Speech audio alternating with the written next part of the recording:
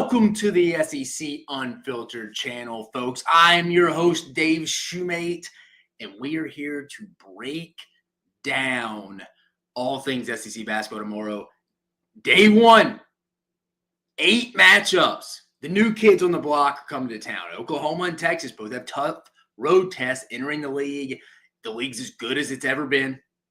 Arguably, I mean, if you followed the SEC through non-conference slate, college basketball in general, the SEC is on like maybe one of the most impressive non-conference slate in the past 25 years. Like I always say when we talk basketball, it reminds me a little bit of that season, the Big East in 2010-11 when Kemba Walker kind of put that UConn team on their slate, like that Big East year. This could maybe arguably be one of the best conferences of all time. Now, that's just straight non-conference play here. But, man, we have a ton to break down. 8 phenomenal matchups. Again, not going to be too long-winded for you. You're going to go 20, 30 minutes. But I thought this was worth a live show. Us go in and giving the predictions of all 8 games. I have our graphic up at the end after I preview all of these games with Chris Phillips' predictions as well. We're going to keep track. Hey, if there's if something's happening, we're keeping score. So we'll keep up at the end of the year, tally all those points up like we did in football as well. Before we get started, guys, this segment, this first SEC basketball preview, it's brought to our buddies over there at MyBookie. Go to mybookie.ag and use code SECU at sign up to receive a special welcome offer on your first deposit, folks. I mean, why wouldn't you bet college basketball right now? I kind of wish the show was a little later, but because we'd have some lines. You know what? It is what it is. So I'm fired up to see some of those lines again. There's a lot of college basketball to bet on. We still got some college football playoff games, but I'm telling you, college basketball is the way to go. I've made a lot of money off that this year. Made a lot of money. Parlays off money lines of 6 to 8 plus point line spreads for home teams. Easy money, folks. That's my tip to you. Go to mybookie.ag and use code SECU. Sign up to receive a special welcome offer on your first deposit, man. I mean, if I were you, I maybe even tip off of that 10 a.m. Kentucky-Florida game. And let's get right to it, folks. First one, we're going to go in chronological order here of tip. We got Florida at Kentucky. 6th-ranked Gators, 13-0, one of the few undefeated teams in the SEC, one of the few undefeated teams in the sport. Head to number 10, Kentucky. The Cats, 11-2. As we stand right now, we actually do have a couple of lines here. Here's one that came up right here. Kentucky favored by 1.5 in this game. Total 165.5. So interesting. No other lines from what I can tell right now, but interesting. So this one's at Rupp Arena. Randomly enough, at 10 a.m. It's kind of random, isn't it? 10 a.m. It's a random time for a game. But as we get started here, let's what we're going into here. Florida, undefeated. Again, not the most challenging schedule in the world. Beat Florida State. Some teams worth it. They Wake Forest. Steve Forbes and them do a good job. Virginia, Arizona State, North Carolina. Feels like everybody in the SEC is beating North Carolina this year. Auburn, Alabama, Florida, Oklahoma. No, Oklahoma beat Michigan in that jump, man. But no, I mean, North Carolina 0-3 against the SEC. But here's something I do love about Florida. I feel like they're very comfortable in their own. They're a big physical team that will get after your tail. That is just what they will do. They will get after your ass. I mean, they will. I mean, big physical guards, Elijah Martin, Walter Clayton, Will Richard. I mean, they're a big, physically impressive basketball team. You're right, man. Those are some older guys, some veterans that play good basketball across the board there. Now, again, has it been overly challenging? No, but Florida's dominated the teams they're supposed to dominate, and I think they got hit in the mouth and tested a little bit in that game in Charlotte against North Carolina. So, again, I think it's fair to say, hey, I still want to see a little bit more from Florida because I don't know they've been truly tested. But at the same time, if you've watched Florida, the eye test tells you Florida's a really good basketball team. Now for Kentucky, they're coming off 2 games ago on December 21st, I do believe, Ohio State and Madison Square Garden. But it's not their best performance. It was arguably their worst performance of the season. And that 20-point loss, 85-65 loss to an Ohio State team that's just an okay Big Ten team that came in reeling. Kentucky, it looked like that Christmas break type of game. They wanted no part of it. They lost to Kentucky. They lost to Clemson as well. So Kentucky rolls into this one 11-2.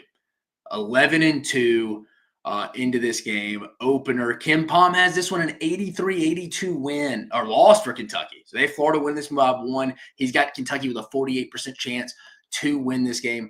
The interesting perspective to me in this game, just my humble opinion here. is what defense are we going to trust more a little bit in this one? Kentucky's definitely been more tested. I think Florida's got the best trio of guards in Clayton, Richard, and Martin. What Kentucky team shows up? This will be a much more motivated team. Again, they've had Brown since the last Ohio State game before they all went. I mean, I think Kentucky's team literally all went their separate ways after New York. So it's kind of like they're probably looking forward to getting a little home. I'm not going to hold that game against them, but they'll look a lot better, I think. Mark Pope's first SEC game at Rupp, that's got to be something you got to be fired up about. I'm sure Ashley Judd will be there. The key to this game, I think, though, on the road will be Florida's turnovers. If Florida can take care of the basketball, I trust them to make enough tough shots, those mid-range shots that they're comfortable taking. And Kentucky doesn't necessarily force a lot of turnovers either. But again, real road test, but you have an older team that's played in a lot of these buildings. Just specifically this year, this is your first real road test. I'm going to take Florida, folks. Call me crazy. I'm going to take Florida in a close one here. I kind of agree with Ken Palm. It's going to be that 1 to 3 range. Looks like Kentucky's the 1.5 point favorite going into this one. But I like Florida, and I feel decently confident in it. Call me crazy. That's nothing against Mark Pope, Big Blue Nation. I like what he's done so far with Kentucky. Again, I'm not going to hold the Ohio State game against him. I'm really not. It is what it is. I mean, I know they struggle against other SEC teams. Auburn beat Ohio State by 40. Texas A&M got after Ohio State pretty good. Granted, Ohio State beat Texas on night 1 of college basketball back in November. But it's hitting a shot towards Kentucky. It's just I'm pretty impressed with Florida off the eye test, man. Maybe I end up being wrong. I feel decently confident in this. I'm about a 1 through 10 scale, 10 being as most confident you've ever been, 1 being I'm not confident at all. I'm like a 6. I don't know. That's pretty high for a road game. I like Todd Golden's bunch. I like their guards. They crash the boards. They hit it. I don't know. I like them. I trust them to keep care of the basketball enough. Because I think you can go score on this Kentucky team. And we'll see about Florida as well. But I think this is going to be within a 5-point game. Give me the Gators, though, to start off conference play. 1-0 across the board there. Moving to the next game. Again, we're going in chronological order here, guys, so stay with me. Georgia at Ole Miss, noon Eastern on the SEC Network. Georgia comes in 12-1. Ole Miss 11-2. For the Georgia Bulldogs, again, they come in 12-1. They're only lost to probably the best team in the Big East, Marquette, them or UConn across the board. An 80-69 win in that tournament out in the Bahamas earlier. That's the same tournament that Georgia got the St. John's win in. So, again, Georgia got a St. John's win, got a Notre Dame win, a Grand Canyon team that went to the second round of the NCAA tournament last year. Again, not an overly tough schedule, but you did what you needed to do. Your 12 Mike White squad in his third year in Athens, they're 12-1 rolling into conference play. Feel good about where they stand in the NCAA tournament. I like this team a lot. Silas Demery's – they're better players or they're young cats. Silas Demery, Ace and Newell, sprinkle in some guys who've played a lot. Tyron Lawrence, Blue Canes played some, but yet he's a young cat as well. But it feels like he's played for a while. RJ Godfrey's been a big man, played in Sweet 16, Elite 8 games when he was at Clemson. So they have some of that.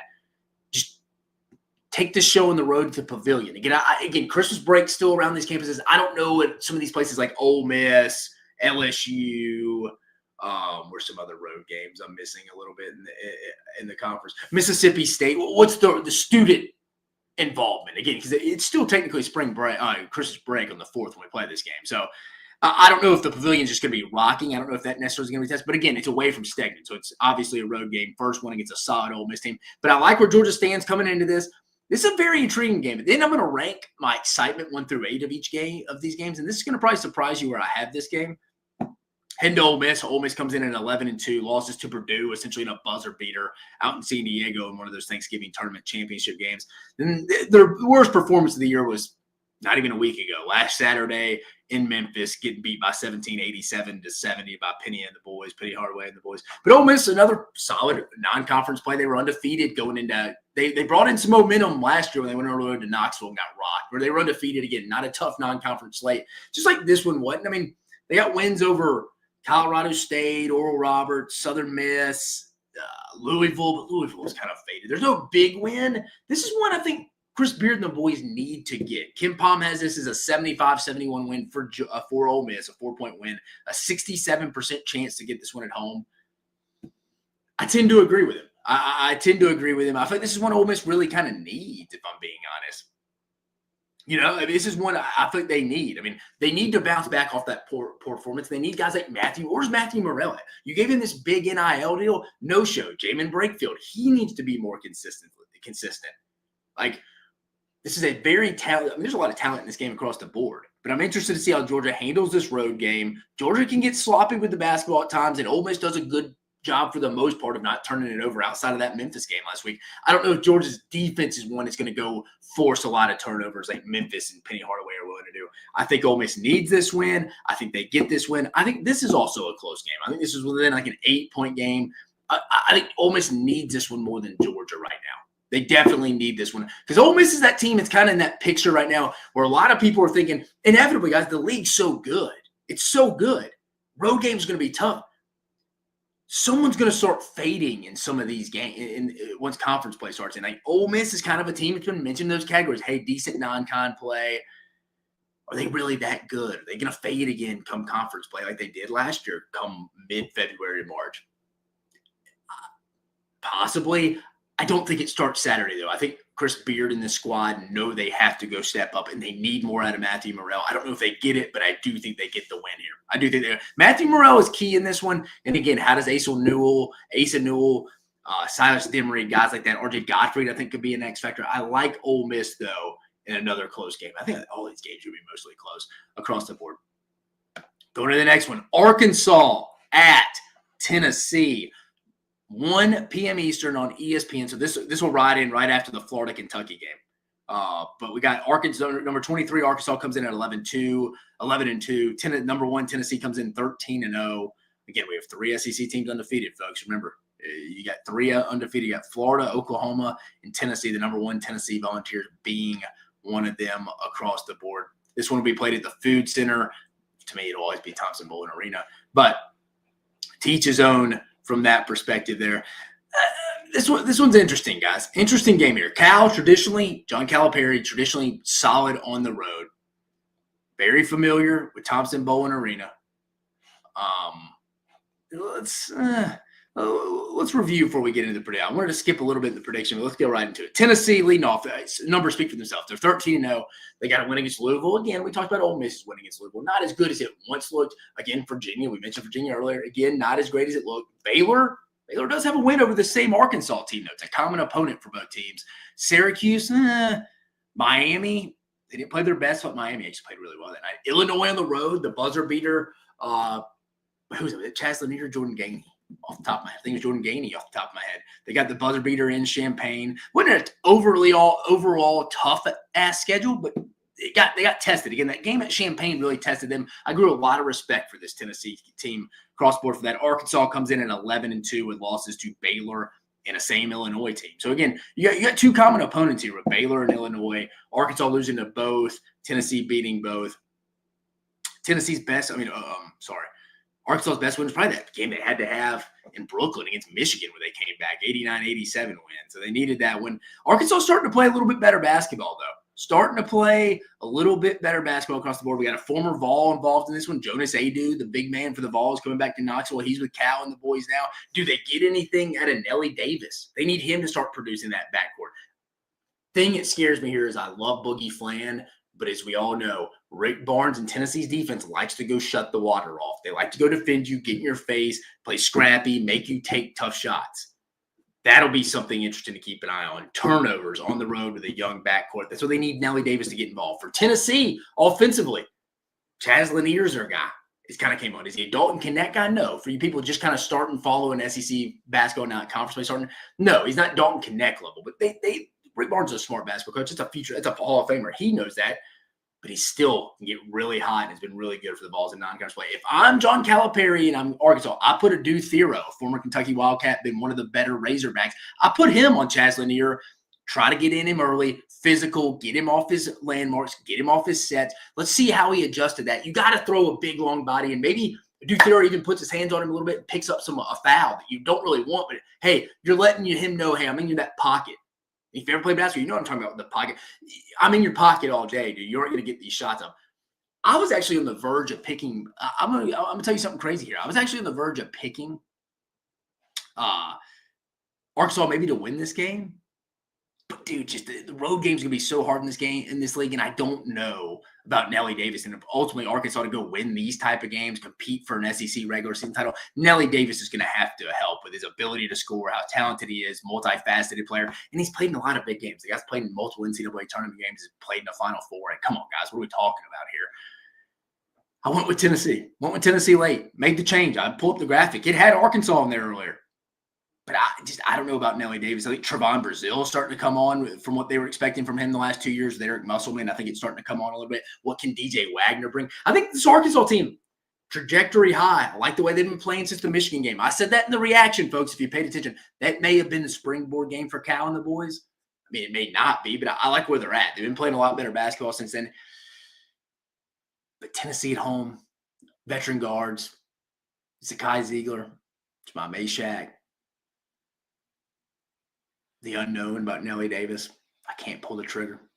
I woke up this morning not as bold. So I'm going to go Tennessee here in a close one. Currently, Kim Palm's a lot more confident than I am. This is a 76-64 win for the Vols, a 12-point win for Tennessee, and he's only given Arkansas a 13% chance to win this game. I get it. It's going to be hard to win on the road anywhere, much less in the Thompson Bowl Arena against this Tennessee team, who we know it's the MO of Rick Barnes. They're going to get in your grill, force turnovers, not give up easy shots. That'll be interesting. And I'll say this, I don't still overly trust the Tennessee offense consistently. I want to see how involved they consistently get Igor Milicic the basketball. That'll be key. I still think Tennessee gets this road dub, though. Gets this home dub against Arkansas, though. But I think Arkansas is playing well across the board. They're playing well across the board. But give me the Vols at home. South Carolina at Mississippi State. An interesting one, but not an interesting one across the board. South Carolina rolls into this one, guys, 10-3. Probably the worst loss in the SEC overall non-conference. The night one North Florida loss, 74-71. Randomly enough, we just talked about Chaz Lanier, former Osprey himself there. They also took a loss to Indiana, who's reeling right now. NIL has not been kind to Mike Woodson and the boys. And then they took a loss to Xavier in the Fort Myers Classic, I believe, that Michigan actually won. Got a win over an average Virginia Tech team, Boston College. Best win, definitely at home against Clemson in overtime. Same Clemson team that beat Kentucky. Granted, that was in Clemson, but that's where the Gamecocks sit right now. Some would argue South Carolina sits in that 15-16 spot, depending where you rank Vanderbilt, where you rank LSU. South Carolina, not a bad basketball team, probably that a below average team, but you're really looking for who can step up outside of CMB, who can step outside of Colin Murray Bulls, who can help them consistently do that. Is it Jamari Thomas? Jacoby Wright? Nate Pringle's a guy you're going to go get scrappy. He's going to have to be rebounding for you every night. You can't expect big numbers point-wise from him. And that's where Miles Studi, Vanderbilt transfer, is another guy that could probably use some help, though. But South Carolina doesn't have a lot of weapons offensively, really, outside of Colin Murray Bulls. For the Mississippi State Bulldogs, Chris James trying to go for his third NCAA tournament in a row in 3 years. They're right on track to do that. They come in ranked 17th in the country across the board, coming in at 12-1. Only lost to Butler in the championship game out there in Phoenix around Thanksgiving. Best wins, I mean, SMU on the road, solid win. LSU lost them. Pitt, they rocked Pitt in the ACC SEC Challenge, 90-57. Beat a pesky Will Wade McNeese State Cowboy bunch, 66-63 in Tupelo. And I think their best win definitely is at Memphis, 79-70-66, a week before Ole Miss went and got hammered at the FedEx Forum. So, Mississippi State, good basketball team, still waiting for some consistency outside of Mr. Consistency. Josh Hubbard. I mean, who is that? I mean, who are they going to get? Cam Matthews banged up a little bit. Will he go tomorrow? TBD. Need some stuff out of Riley Kugel, the former Florida player, had a cup of coffee in Lawrence with Bill Self. Claudell Harris, potentially, maybe. We'll see what he's kind of playing like. Just consistency across the board. I'll be interested to see who matches up against Colin Murray Bulls, because that could be a matchup South Carolina and Lamont Pierce could take advantage of. Kim Palm has this as a 78-67 Mississippi State win. Remember, this is in Starkville, Humphrey Coliseum. Mississippi State with an 82% chance of winning this game. I agree with Kim Palm here. My interesting question would be, again, there's no Tolu Smith. They don't have the depth in the front court they had last year. Who's guarding Colin Murray Bulls? That's the only way I see South Carolina win this game, unless he just goes off. And I'll be honest with you, Chris James is a good basketball coach. I'm taking Colin Murray Bulls away. We'll even flash some doubles at him at a time to make him even think about passing. going over or going under. That's just got to be, you got to keep that hit the back of his mind. You got to get him in foul trouble, get him off the floor, get him not involved in the game. I think you should be able to win this game, especially at home if you're Mississippi State. Again, I don't think South Carolina's bad. Their win against Clemson proved it. But I think sometimes people with the power rankings, like, they just see the number 14 through 16. It's like, this guy doesn't respect us. It's like, guys, the league is so good. This league is so good this year. Someone's going to have to finish 14th, 15th, 16th. It is what it is. I think South Carolina is an average basketball team. They're not bad. This will be a tough test. Give me Chris Jans and the boys in the big win against South Carolina, Lamont Paris and them. Missouri at Auburn, 4 p.m. Eastern on the SEC Network. Missouri comes in 11-2. Number 2 Auburn rolls in 12-1 with their only loss to Duke on the road. Again, this game is at Neville Arena.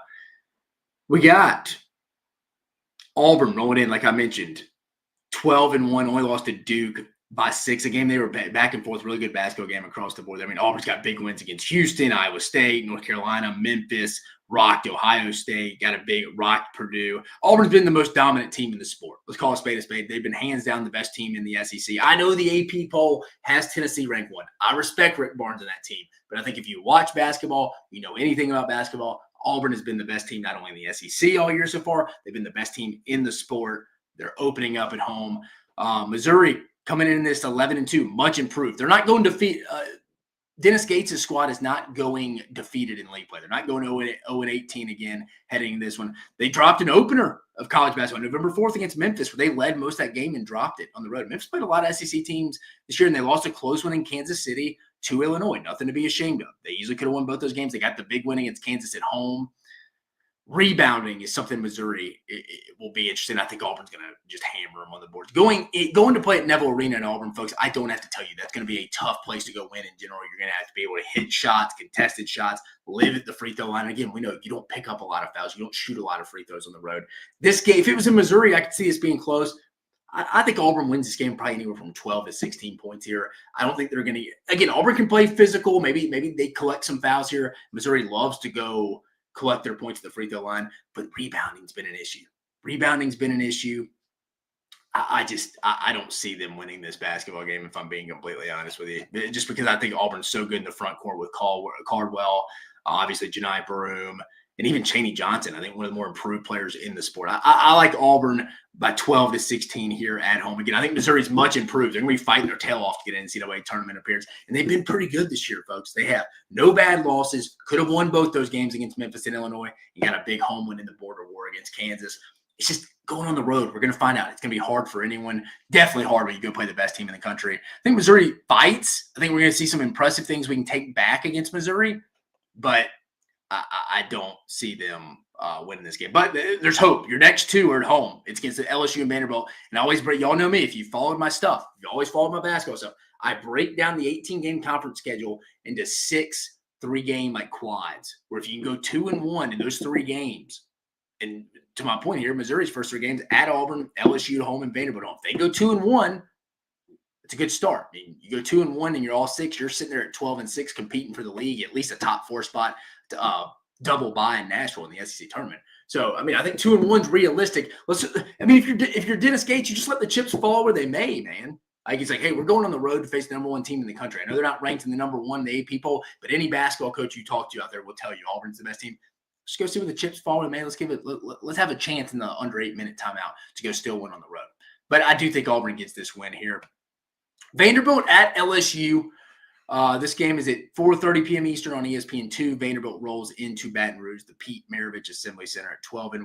LSU 11-2 across the board here. LSU, the home team, Matt McMahon's 3rd year, lost to Pittsburgh in Greenbrier, that tournament in West Virginia, and then took a road loss to SMU as well back in mid-December.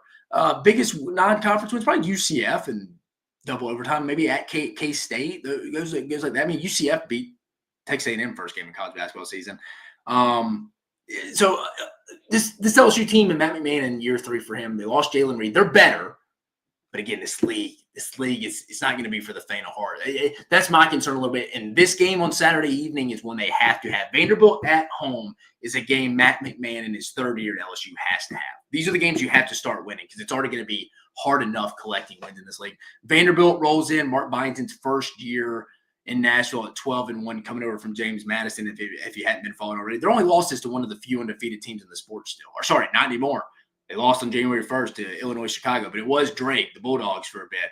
But lost in the Charleston Classic Championship game. But other than that, I mean, you can't really ask for much. I mean, beat a decent Cal team, beat TCU, who's not as good as they normally have. J.B. Dixon's had better teams. But is it for a first-year non-conference slate, if you're Mark Byington, 12-1, you would take that every day of the week, twice on Sunday.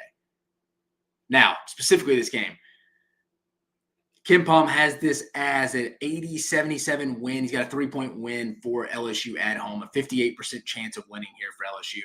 Yeah, I agree. If this game was in Nashville, I'd go Vanderbilt. I'm going to go benefit of the doubt. I think both these teams have some issues across the board here, but I'm going to go with the home team here. I know it's kind of a cop-out, but I don't know, if this game was in Vanderbilt, I would definitely go Vanderbilt here. I think the thing Vanderbilt has done a really good job of is taking care of the basketball, and that is something LSU hasn't. So if that continues in Baton Rouge at home, which if you're Matt McMahon, that's your biggest fear. You cannot go turn over the basketball and give Vanderbilt multiple extra possessions at home because LSU needs this. Vanderbilt doesn't. I think Vanderbilt's already playing with house money. Thing that scares me with Vanderbilt, though, they've gotten out rebounded in a lot of games. I watched them against a very poor Jackson State team a couple weeks ago that did. I think Jackson State, Mo Williams, still won a game. Excuse me. But they were even getting out rebounded against them. That's what scares me about Vandy. Probably fading once conference play starts is their inability to rebound. And the front courts in this league are really good. This game was at Memorial. I'm going Vanderbilt. It's at Pete Maravich Assembly. It's at the PMAC. Matt McMahon and the boys need this. I'm going to go LSU. Don't feel great about it. Wouldn't shock me if Vanderbilt won. And if Vanderbilt wins, I'm going to go look in that box score. And as I'm watching, it's probably going to be because of LSU turning over the basketball and Vanderbilt taking care of it. We'll see. I think Vanderbilt's going to get out rebounded in most conference games for sure. But give me LSU in a very, very close game.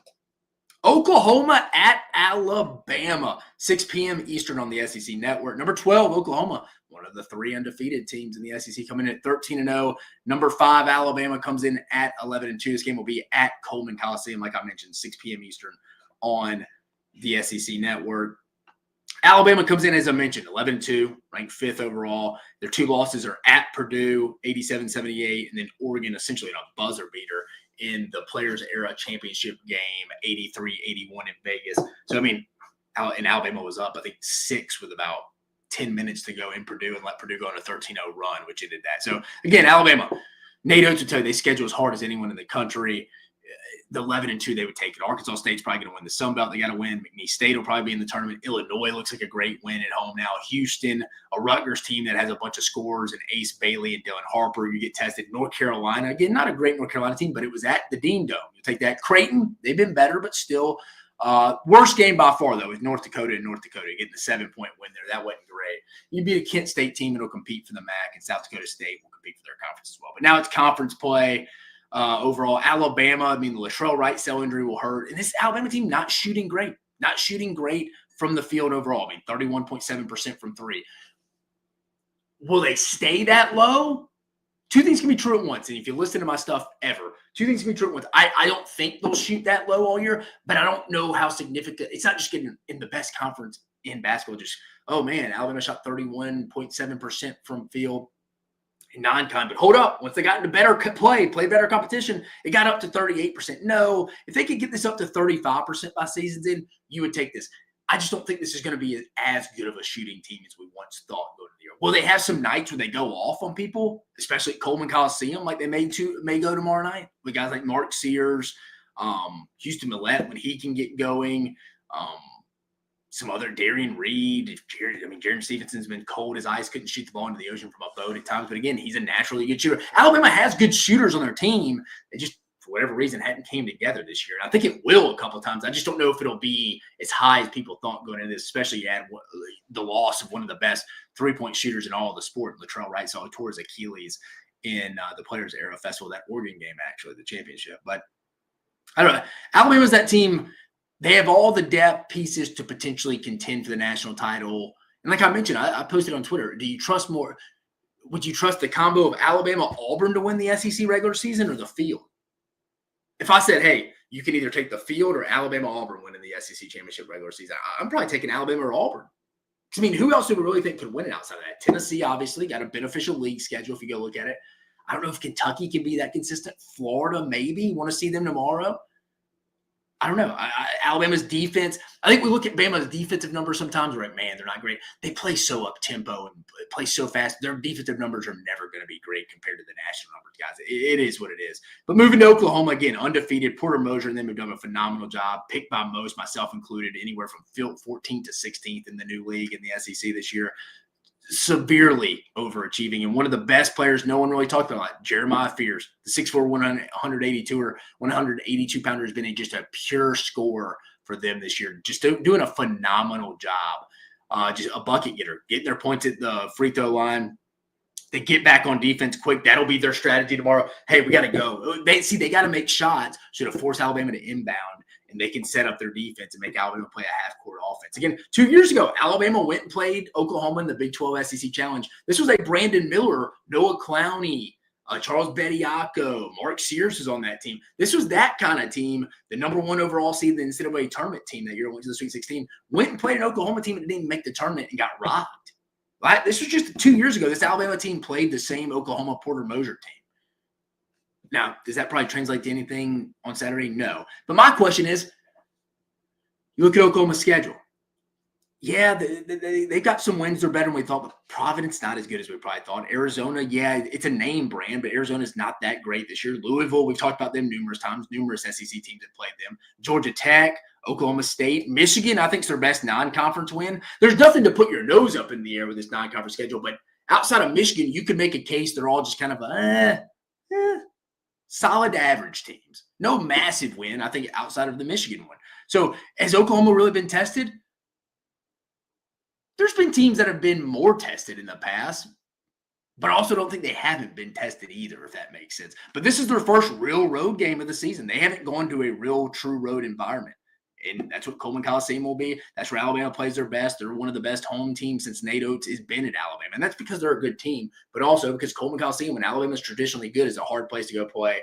Ken Palm has this as an 88-79 Alabama win, so he's got a 9-point Alabama win, giving Oklahoma only a 20% chance of winning this game, Alabama an 80% chance. I get that from the numbers perspective. I do. I mean, but I could see where this game's going to be close potentially. If they can't stop Jeremiah Fears, if Oklahoma hits the necessary shots, if they can get in like the bonus, if they can live at the free throw line and not allow Alabama to go separate, I think that's kind of where Porter Moser wants to be. Like, hey guys, under 8-minute possession, let's be in a 5-point game. Let's make this a free throw competition. Let's don't go play to their style play. We want to go get our shots up, but we got to get back on defense. And even going back to his Illinois days, like our Chicago, Illinois days, they did a good job of that with Porter Moser and them. So this is one of the more interesting games in college basketball because I think people are kind of waiting to see, man, is Oklahoma for real? And even if Oklahoma loses this game, folks, that doesn't mean they're not for real. This is a tough bet. You're going to a top 5 team in the country's environment who's kind of chomping at the bit to go play a complete game. Alabama hasn't played a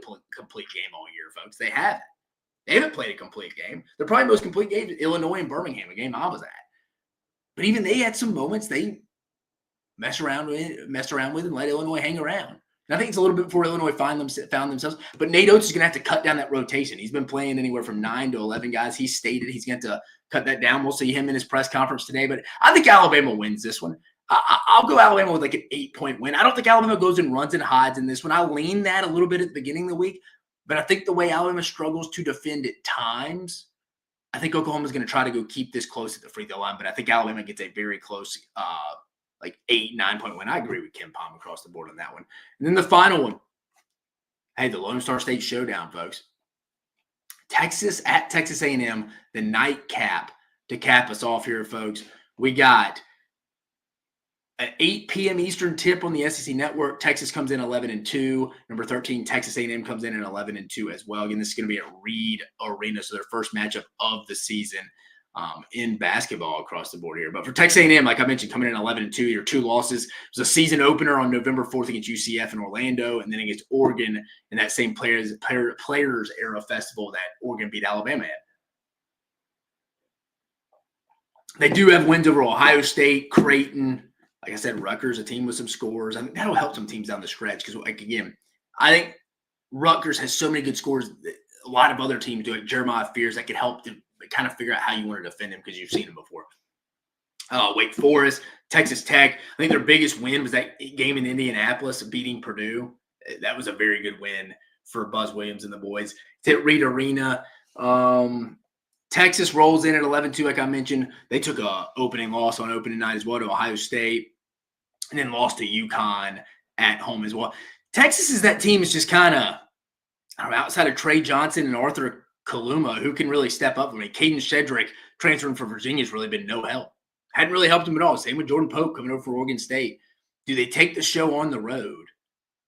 I mean, Texas has gone on the road once this year at NC State in the SEC ACC Challenge. They got the 63-59 win. Who can consistently help score in the backcourt outside of Trey Johnson? I mean, that's the big question.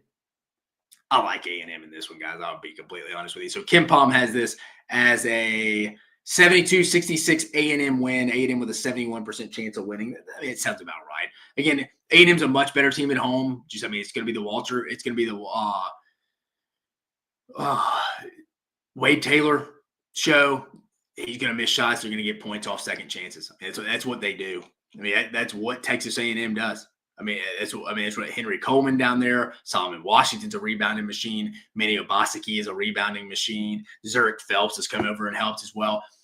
I just think this game being in College Station is going to be a big deal, and I don't trust Texas. I don't trust Rodney Terry and them right now. Again, who can help in the backcourt outside Trey Johnson? Until you give me that answer, and even in the front court. I mean, it's a two-man show for Texas right now. Arthur Kaluma in the front court and Trey Johnson in the backcourt. They need help. I don't think they just go figure this out on the road in a hostile environment at Texas A&M, where hell, A&M fans are just wanting any kind of win over Texas after the football loss this year. I don't know. It's just not a good matchup where it's located. Texas A&M a much better team at home. I think A&M gets after them. I think it's a big Wade Taylor day. So give me Texas A&M. I can see this being a double-digit win, honestly. I hadn't said that in any of the other 7 games we previewed, but I could see that one for sure. Let's rank the games real fast for you. If I had to rank them just real quickly, 1 through 8, starting at 8. Let's go Vanderbilt at LSU. Again, I think the bottom kind of tier teams here. LSU needs this one much more than Vanderbilt needs this one for sure.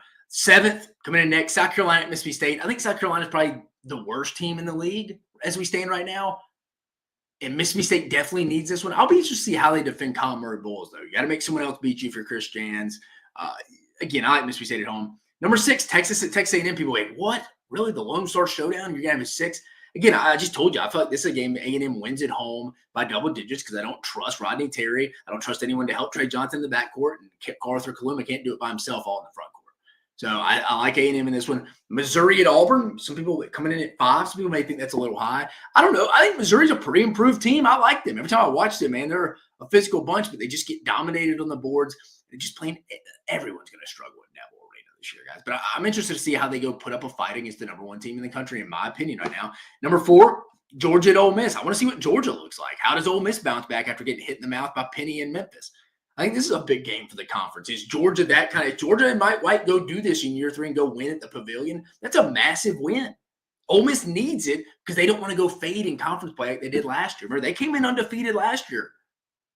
I think his team may be a little better, but again, that's in the back of Chris Bearden's mind. They need this tomorrow. Number 3, Arkansas at Tennessee. Cal going back to Tommy Bowl. Very familiar with that place. Jonas Adu going back to play his former team.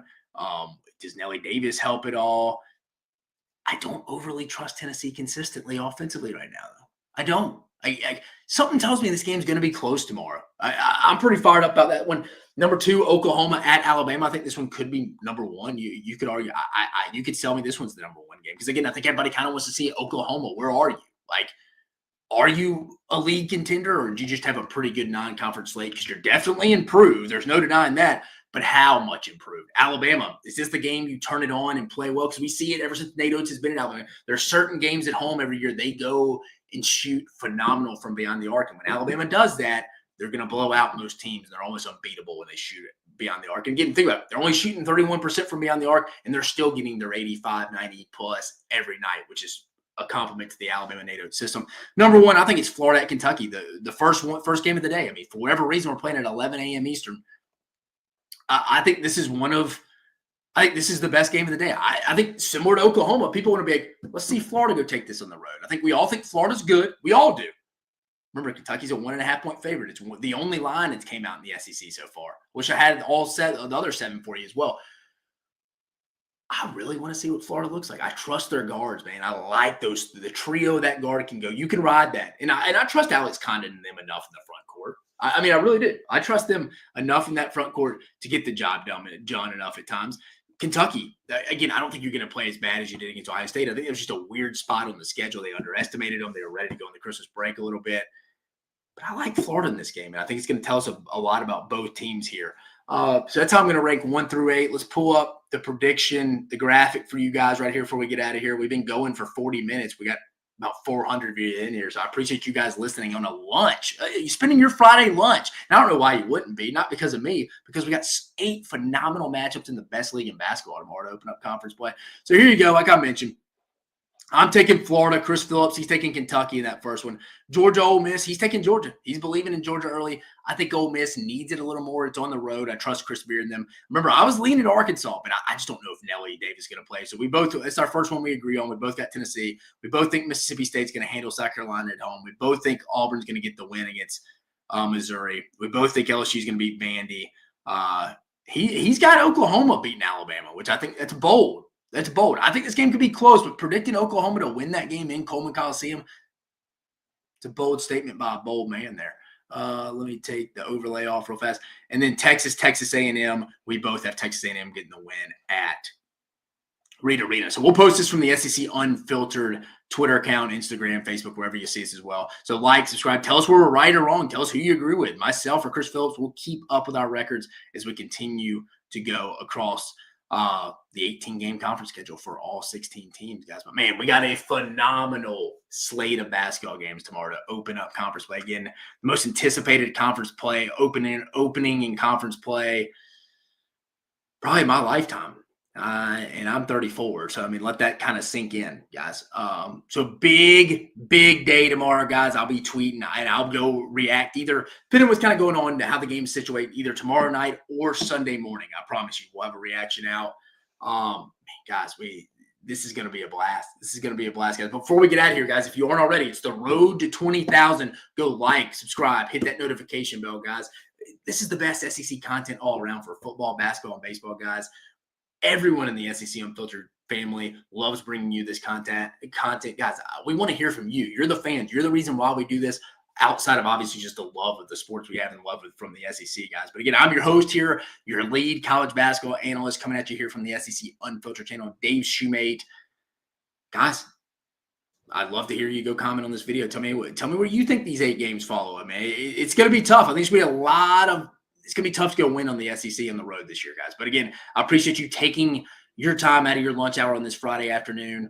Wanted to go live. Thought it was worth it again with these 8 phenomenal matchups coming up, guys. But I hope you have a great rest of your Friday. Look forward to seeing you tomorrow night or Sunday morning from the reaction of day 1 from the SEC basketball conference openers, guys. But for Dave Shumate, you have a phenomenal rest of your day.